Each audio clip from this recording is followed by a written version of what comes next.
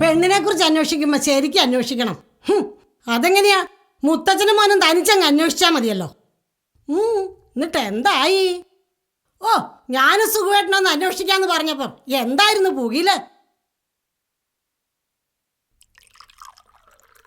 പെണ്ണ് കണ്ടു വന്നിട്ട് 6 മാസം കഴിഞ്ഞ് ഡേറ്റ് തീരുമാനിക്കാന്ന് പറഞ്ഞത് എത്ര നന്നായി. ഇനിയിപ്പോൾ അഖിലിൻ്റെ അച്ഛനോട് എന്താണ് പറയാ? അല്ലേലും മുത്തച്ഛനും മോനും ഞാൻ പറയുന്ന എന്തെങ്കിലും കേൾക്കുവോ? എടാ അഖിലേ, നീ എന്തെങ്കിലും ഒന്ന് വാ തുറന്ന് പറ. നീ കെട്ടാൻ പോന്ന പെണ്ണല്ലേ? ആശുപത്രി പോയെന്ന് വെച്ച് രോഗിയാവണമെന്നില്ല. ആരെങ്കിലും കാണാനും പോവാം. വെറും ആശുപത്രിയല്ല, ക്യാൻസറിന്റെ ആശുപത്രിയാ. എടാ, നീ ഇതിലപ്പുറവും പറയും. ഈ അമ്മായി അത്ര പൊട്ടിയൊന്നുമല്ല. ഞാൻ റിസപ്ഷനിൽ പോയി അന്വേഷിച്ചു. അവളവിടെ ഫയൽ ഓപ്പൺ ചെയ്തിട്ടുണ്ട്. ഒരു ഡോക്ടർ സുഷമ, അതും ഒരു ഓങ്കോളജിസ്റ്റേ. ഒരു ക്യാൻസർ ബാധിച്ച പെണ്ണിനെയാണല്ലോ എൻ്റെ മോൻ്റെ തലയിൽ കെട്ടിവെക്കാൻ നോക്കിയത്. ആർക്കമ്മേ ക്യാൻസർ? കയറി പൊടിയകത്ത് പോയിരുന്ന് പഠിക്കാൻ നോക്ക്. ഒരു ക്യാൻസർ അന്വേഷിക്കാൻ വന്നിരിക്കുന്നു. മുത്തശ്ശ, ഒരു മിനിറ്റ്, ഒന്ന് പുറത്തേക്ക് വരുമോ?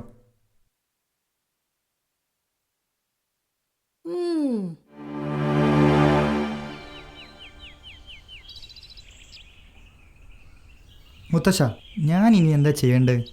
ബഹളം ഒന്നിനും പരിഹാരമല്ല. നീ അന്വേഷിക്കുക. ആദ്യം ആ ഡോക്ടറെ അന്വേഷിക്കുക.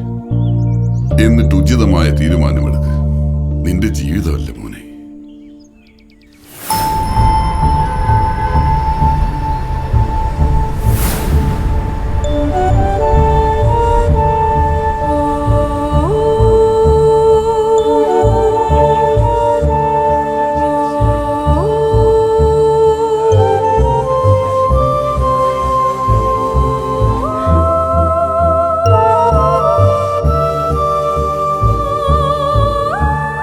CID പണി കാണിച്ച നിങ്ങളുടെ ബന്ധുക്കൾ എന്തേ അന്വേഷണം റിസപ്ഷനിൽ അവസാനിപ്പിച്ചത്?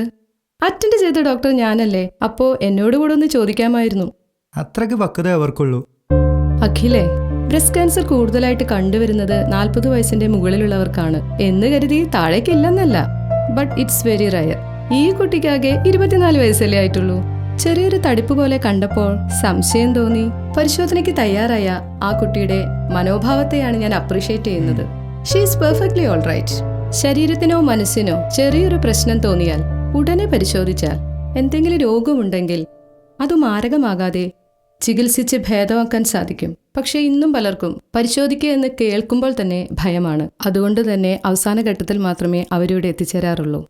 നിങ്ങളുടെ വീട്ടിൽ 40 വയസ്സ് കഴിഞ്ഞ എത്ര സ്ത്രീകളുണ്ട്? 3-4 പേരുണ്ട്. എന്നാൽ അവർക്കാണ് ആദ്യം ഈ പരിശോധന ആവശ്യം. രോഗം വരാതിരിക്കാൻ ശ്രദ്ധിക്കലാണ് ഏറ്റവും നല്ലത്. പക്ഷേ എത്ര പേർ ശ്രദ്ധിക്കും? രോഗം മൂർച്ഛിച്ചതിന് ശേഷം ഒരാൾക്ക് രക്ഷപ്പെടാനുള്ള സാധ്യത വളരെ കുറവാണ്. സ്ത്രീകളെ ഏറ്റവും കൂടുതൽ ബാധിക്കുന്ന ക്യാൻസറാണ് സ്തനാർബുദം. ഇത് 8-1 സ്ത്രീകളെ ബാധിക്കുന്നു. വളരെ നേരത്തെയുള്ള രോഗനിർണയവും ശരിയായ ചികിത്സയുമാണ് രോഗം ഭേദപ്പെടുത്തുന്നതിൽ നിർണായക പങ്കുവഹിക്കുന്നത്. നിങ്ങൾ ആ കുട്ടിയെ കല്യാണം കഴിക്കുമോ എന്ന് എനിക്കറിയില്ല. പക്ഷേ കല്യാണം കഴിക്കുകയാണെങ്കിൽ ശ്രദ്ധയോടെ ജീവിക്കുന്ന ഒരു ഭാര്യയെ കിട്ടും. കല്യാണം നിശ്ചയിച്ചാൽ എന്നെ അറിയിക്കണം. സമയമുണ്ടെങ്കിൽ ഞാൻ വരും. അല്ല, സമയം കണ്ടെത്തി ഞാൻ വരും. Okay doctor.